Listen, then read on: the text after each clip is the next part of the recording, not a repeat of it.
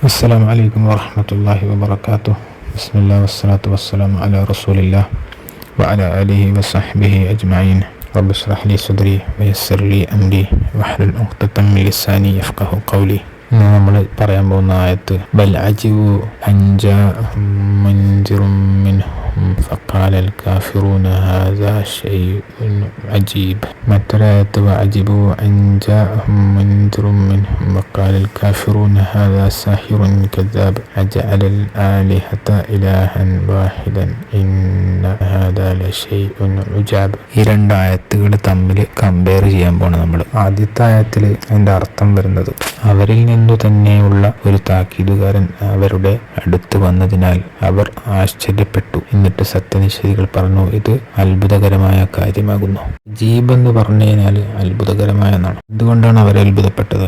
അവരിൽ നിന്ന് തന്നെ ഒരു പ്രവാചകനെ അവരിലേക്ക് അയച്ചതിനാലാണ്. അപ്പൊ ആരാണ് ആ പ്രവാചകൻ? മുഹമ്മദ് റസൂലുള്ളാഹി സ്വല്ലല്ലാഹു അലൈഹി വസല്ലം. സാധാരണ ഒരു താക്കീതുകാരൻ എന്നൊക്കെ പറയുമ്പോൾ ഇപ്പൊ എന്തെങ്കിലും ഒരു പുറമേ നിന്ന് എന്തെങ്കിലും ഒരു അപകടം നമ്മളെ ചുറ്റുവട്ടത്തേക്ക് വരുന്നത് പുറത്തുള്ള ഒരാൾ നമ്മളെ അറിയിക്കുമ്പോഴാണ് ഒരു വ്യക്തിക്ക് താക്കീതുകാരൻ എന്നുള്ള റോള് ലഭിക്കുന്നത്. അതായത് ഇവിടെ നേരെ തിരിച്ചാണ്. നമ്മളിപ്പോൾ പറഞ്ഞ താക്കീതുകാരൻ്റെ റോളല്ല റസൂലുള്ളാഹിക്ക് കിട്ടിയിരിക്കുന്നത്. റസൂലുള്ളാഹിക്ക് കിട്ടിയിരിക്കുന്നത് എന്താണ്? അവരുടെ കൂട്ടത്തിൽ നിന്ന് തന്നെയാണ് അള്ളാഹു അവരുടെ താക്കീതുകാരനായിട്ട് അയച്ചിരിക്കുന്നത്. അതുകൊണ്ടാണ് അവർ ആശ്ചര്യപ്പെടുന്നതും അത്ഭുതപ്പെടുന്നതൊക്കെ. അതായത് അവരുടെ കൂട്ടത്തിൽ താമസിച്ച് ജീവിച്ചുകൊണ്ടിരിക്കുന്ന ഒരു വ്യക്തി പെട്ടെന്ന് ഈ മലക്കുകളെ കുറിച്ചും ജിന്നിനെ കുറിച്ചും മറ്റ് അത്ഭുതങ്ങളെക്കുറിച്ചും മറ്റ് നിയമങ്ങളെക്കുറിച്ചൊക്കെ ഇങ്ങനെ ഓരോന്ന് പറയാൻ തുടങ്ങിയപ്പോൾ അവർക്ക് ഭയങ്കര അത്ഭുതമായി. അത്ഭുതകരം തന്നെയാണ്. കാരണം അങ്ങനെയുള്ള കാര്യങ്ങളാണ് അത് പറയുന്നത്. ആയത്തിന്റെ ഭാഗത്തിൽ തന്നെ പറയുന്നത് സത്യനിഷേധികൾ തന്നെ ഇത് അത്ഭുതകരമായ കാര്യമാകുന്നു എന്ന് പറയുന്നുണ്ട്. ഹാദാ ശൈഉൻ അജീബ് എന്നാണ് പറയുന്നത്. ഇനി രണ്ടാമത്തെ ആയത്ത്, ഞാൻ പറഞ്ഞ രണ്ടാമത്തെ ആയത്ത് എടുത്ത് നോക്കുക. അതിന്റെ അവസാനത്തിൽ പറയുന്നത് ഇന്ന ഹാദാ ലശൈഉൻ ഉജാബ്. ഞാൻ ആയത്ത് സ്ക്രീനിൽ കൊടുക്കുന്നുണ്ട്. അപ്പൊ ആ ആയത്തിൽ എന്തൊക്കെ വ്യത്യാസം ഉണ്ടെന്ന് നോക്കിക്കോ. അതിൽ ആദ്യത്തേതിലുള്ളതിനേക്കാൾ 3 വ്യത്യാസങ്ങൾ കാണാം. ഒന്ന് ഇന്ന എന്ന് പറയുന്ന വാക്ക് വന്നിട്ടുണ്ട്, പിന്നെ ഷെയ്ഇന്റെ മുമ്പിൽ ലാ വന്നിട്ടുണ്ട്, അജീബ് എന്നുള്ളത് ഉജാബ് എന്നായിട്ടുണ്ട്. ഈ 3 വ്യത്യാസങ്ങൾ നോട്ട് ചെയ്ത് വെക്കുക. എന്നിട്ട് അതിന്റെ മുമ്പുള്ള ആയത്തിൽ പറയുന്നത് അജിബു അൻ ജാഅഹും മുൻദിറും മിൻഹും വഖാലൽ കാഫിറൂന ഹാദാ സാഹിറുൻ കദ്ദാബ്. അതായത് അവരിൽ നിന്ന് തന്നെയുള്ള താക്കീതുകാരൻ അവരുടെ അടുത്ത് വന്നതിൽ അവർ ആശ്ചര്യം തോന്നിയിരിക്കുന്നു. നമ്മൾ നേരത്തെ പറഞ്ഞ അതേ വിഷയം. ഒരു സത്യനിഷേധികൾ പറഞ്ഞു ഇവൻ കള്ളവാദിയായ ഒരു ജാലവിദ്യക്കാരനാകുന്നു എന്നാണ്. അതായത് ഒരു മാജിക് കാണിക്കുന്ന ഒരു വ്യക്തിയാണെന്നാണ് പറയുന്നത്. അതോടൊപ്പം തന്നെ ഒരു കള്ളം പറയുന്ന വ്യക്തിയാണെന്നും കൂടി പറയുന്നുണ്ട്. നേരത്തെ പറഞ്ഞതിന്റെ കൂടെ ഇപ്പം ജാലവിദ്യക്കാരൻ എന്നുള്ളത് കയറി പിന്നെ കള്ളനാണെന്നുള്ളതും, അതായത് കള്ളം പറയുന്ന വ്യക്തിയാണ് എന്നുള്ളതും കൂടി അവര് ഉൾപ്പെടുത്തി. അപ്പൊ ഇവിടെ റസൂലുള്ളാഹി സ്വല്ലല്ലാഹു അലൈഹി വസല്ലം ശരിക്ക് ഒരു മജീഷ്യനാണോ? അദ്ദേഹം എന്ത് മാജിക്കാണ് അവിടെ കാണിച്ചത്? എന്ത് ജാലവിദ്യയാണ് അവിടെ കാണിച്ചത്? വടി പാമ്പാവുന്നുണ്ടോ? ഇല്ല. അതല്ല കടലിനെ 2 പിളർപ്പാക്കി മാറ്റുന്നുണ്ടോ? അതുമല്ല എന്തെങ്കിലും ഇപ്പോൾ നമ്മൾ സാധാരണ കാണുന്ന പോലെ തൊപ്പിയിൽ നിന്ന് ഒരു മുയലിനെടുത്ത് കാണിക്കുന്നുണ്ടോ, അല്ലെങ്കിൽ ഒരു പക്ഷിയെ എടുത്ത് കാണിക്കുന്നുണ്ടോ? അങ്ങനെ എന്തെങ്കിലും പ്രവാചകൻ ചെയ്യുന്നതായിട്ട് നമ്മൾ അറിഞ്ഞിട്ടുണ്ടോ? ഇല്ല. പിന്നെ എങ്ങനെയാണ് പ്രവാചകൻ ഒരു ജാലവിദ്യക്കാരനായത്? എന്താണ് പ്രവാചകൻ ചെയ്തിരുന്നത്? പ്രവാചകൻ ചെയ്തിരുന്നത് എന്താണ്? ഖുർആൻ പാരായണം ചെയ്യുകയാണ് ചെയ്യുന്നത്. ഖുർആൻ പാരായണം എന്ന് പറയുന്നത് എന്താണ്? കാണുന്നതാണോ കേൾക്കുന്നതാണോ? അത് കേൾക്കുന്നതാണ്. ജാലവിദ്യ എന്ന് പറയുന്നത് എന്തായിരിക്കും? പൊതുവേ നമ്മൾ മനസ്സിലാക്കി ജാലവിദ്യ എന്ന് പറയുന്നത് എന്താണ്? നമ്മൾ കാണുന്ന അത്ഭുതകരമായ കാര്യങ്ങളെയാണ് നമ്മൾ ജാലവിദ്യ എന്ന് പറയാറ്. പക്ഷെ നമ്മൾ കേൾക്കുന്ന കാര്യങ്ങൾ, ഒരാളിപ്പോൾ എന്തെങ്കിലും ഒരു കാര്യം പറഞ്ഞാൽ അത് ഭയങ്കര ജാലവിദ്യപരമായ കാര്യമാണ് അയാൾ പറഞ്ഞത് നമ്മൾ പറയുന്നത് കേട്ടിട്ടുണ്ടോ? ഇല്ലല്ലോ. അപ്പോൾ ഒരു കാര്യം ജാലവിദ്യ ആവണമെന്നുണ്ടെങ്കിൽ അത് കാണുമ്പോഴാണ്. നമ്മൾ കാണാത്ത കാര്യങ്ങളിൽ വിശ്വസിക്കുന്നത് കൊണ്ടാണ്. റസൂലുള്ളാഹി ഖുർആൻ പാരായണം ചെയ്യുമ്പോൾ ആ പാരായണത്തിലൂടെ ആൾക്കാരിൽ ഉണ്ടാക്കുന്ന ആ അത്ഭുതകരമായ ആ ഒരു സ്വാധീനമുണ്ട്, ആ ഒരു ഫലമുണ്ട്. അത് അവർക്ക് പറഞ്ഞറിയിക്കാൻ പറ്റാത്ത രീതിയിലായതുകൊണ്ടാണ് അവർ ആ ഒരു കാര്യത്തെ ജാലവിദ്യ എന്ന് പറയുന്നത്. പ്രവാചകനെ ജാലവിദ്യക്കാരൻ എന്ന് വിളിക്കുന്നത്.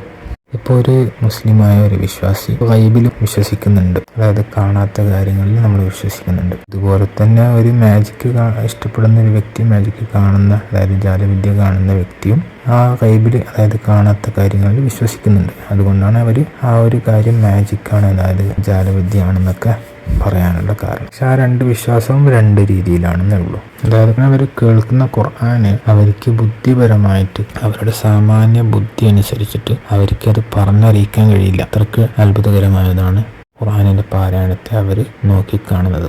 അവർ തന്നെ സമ്മതിക്കാണ് ആ ഒരു കാര്യം വളരെ അത്ഭുതകരമായ കാര്യമാണ് എന്നുള്ളത്.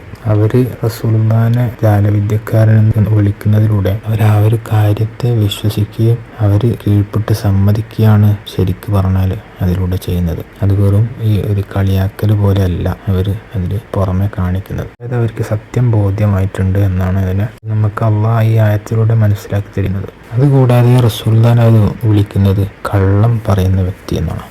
കള്ളൻ എന്ന് തന്നെയാണ് പറയുന്നത്. അതായത് കദ്ദാബ് എന്നാണ് അവിടെ ഉപയോഗിച്ചിരിക്കുന്നത്. കദ്ദാബ് എന്ന് പറഞ്ഞാൽ വീണ്ടും വീണ്ടും വീണ്ടും കള്ളം പറയുന്നവനാണ്, വീണ്ടും വീണ്ടും കള്ളം പറയുന്ന വ്യക്തി എന്നാണ് അവിടെ ഉപയോഗിച്ചിരിക്കുന്നത്.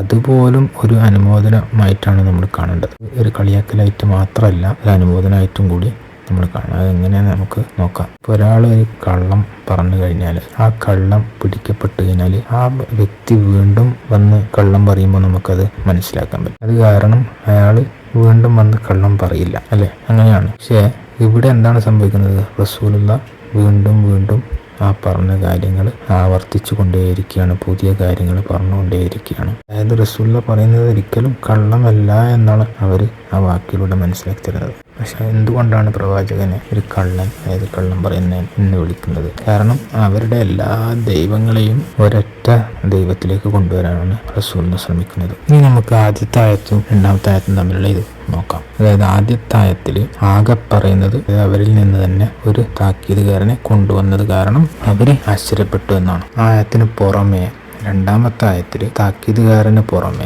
അവർ 3 കാര്യങ്ങൾ ചേർക്കുന്നുണ്ട്. ഒന്ന്, ഒരു ജാലവിദ്യക്കാരനാണ്. പിന്നെ കള്ളം പറഞ്ഞുകൊണ്ടേയിരിക്കുന്ന ഒരു വ്യക്തിയാണ്. അതിന് പുറമെ മറ്റ് എല്ലാ ദൈവങ്ങളെയും ഒരുമിച്ച് ഒരു ദൈവത്തിലേക്ക്, ഒരു ദൈവം എന്നുള്ള ഒരു ആശയത്തിലേക്ക് കൊണ്ടുവരുന്നു എന്നുമാണ്. ഈ 3 കാര്യങ്ങൾ ഈ രണ്ടാമത്തെ ആയത്തിൽ ചേർക്കപ്പെട്ടിട്ടുണ്ട്. അങ്ങനെ 3 കാര്യങ്ങൾ ചേർത്തത് കൊണ്ടാണ് നേരത്തെ ആ ഒരു വ്യത്യാസം കാണിച്ചു തന്നിരുന്നു. അതായത് ഇന്ന ഹാദാ ലശൈഉൻ ഉജാബ് എന്നുള്ളതിൽ ഇന്ന ചേർക്കപ്പെട്ടു, ലാ ചേർക്കപ്പെട്ടു, അജീബ് എന്നുള്ളത് ഉജാബാക്കി. ഈ 3 കാര്യങ്ങൾ ചേർത്തത് എന്തുകൊണ്ടാണ്? 3 കാര്യങ്ങൾ എക്സ്ട്രാ വന്നത് കൊണ്ടാണ്. അള്ളാഹിന്റെ ഖുർആനിന്റെ ആ ഒരു രീതി നമ്മൾ നോക്കണം. അതായത് മുമ്പ് പറഞ്ഞ ആയത്തിന്റെ ആ ഒരു കണ്ടീഷൻസ് ഒക്കെ പാലിക്കാൻ വേണ്ടിയിട്ടാണ് ഈ 3 കാര്യങ്ങൾ അള്ളാഹു അവിടെ ചേർത്തിരിക്കുന്നത്. ഇന്ന എന്ന് പറയുന്നത് തീർച്ചയായും എന്നുള്ളത് ചേർത്തു. ഹാദ ല ശൈഉൻ, ല എന്ന് പറയുന്നത് വളരെ സത്യമായി എന്നുള്ളത് ചേർക്കപ്പെടുന്നു. വളരെ സത്യമായ ഒരു കാര്യമാണ്. ഉജാബ്, അജീബ് എന്നുള്ളത് ഉജാബായി. ഉജാബ് എന്ന് പറയുന്നത് വളരെ വളരെ അത്ഭുതകരമായത് എന്നാണ് അവിടെ മനസ്സിലാക്കേണ്ടത്. അള്ളാഹുവിൻ്റെ കലാമിൻ്റെ ഖുർആനിൽ ഉപയോഗിച്ചിരിക്കുന്ന ആ ഒരു രീതിയുണ്ട്. ആ രീതി നമ്മൾ മനസ്സിലാക്കാൻ വേണ്ടിയിട്ടാണ് ഇത്രയും കാര്യങ്ങൾ പറഞ്ഞത്. ഇതൊക്കെ കേൾക്കുമ്പം ആ ഒരു പ്രവാചകനെ ആർക്കാണ് ജാലവിദ്യക്കാരെന്നും കള്ളം പറയുന്നവെന്നൊക്കെ വിളിക്കാതിരിക്കാൻ തോന്നുക, അല്ലേ? അള്ളാഹു നമുക്ക് മനസ്സിലാക്കി തരട്ടെ. ഇൻഷാ അല്ലാഹ്. അസ്സലാമു അലൈക്കും വറഹ്മത്തുള്ളാഹി വബറകാതുഹു.